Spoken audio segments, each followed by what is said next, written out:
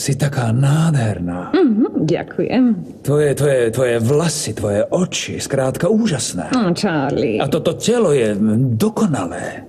Ďakujem. Tak prečo už s tebou nechcem mať sex? Nechceš?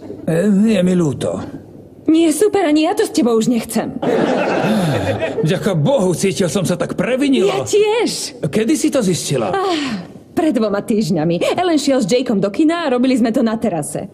Myslela som len na to, že vezmem fľašu a rozbijem ti ju o hlavu. Bola si na mňa naštvaná? Nie, len som chcela zabiť čas. A rozmýšľala som, či by mi to prešlo. Zaujímavé, ja som si predstavoval, že ťa zrazí autobus. Neupodozrievali by ma, ľudia by ma ľutovali. Šikovné.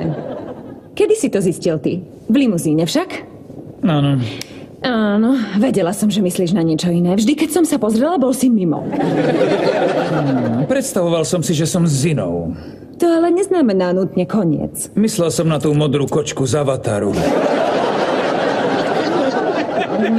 Je koniec. Takže, čo teraz urobíme? Rozídeme sa ako priatelia? Budem rada.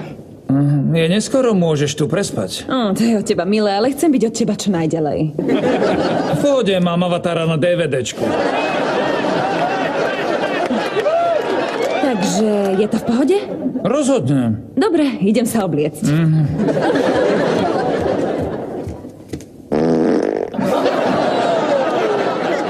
Nemohol si počkať, kým odídem? Nevidel som žiadny dôvod.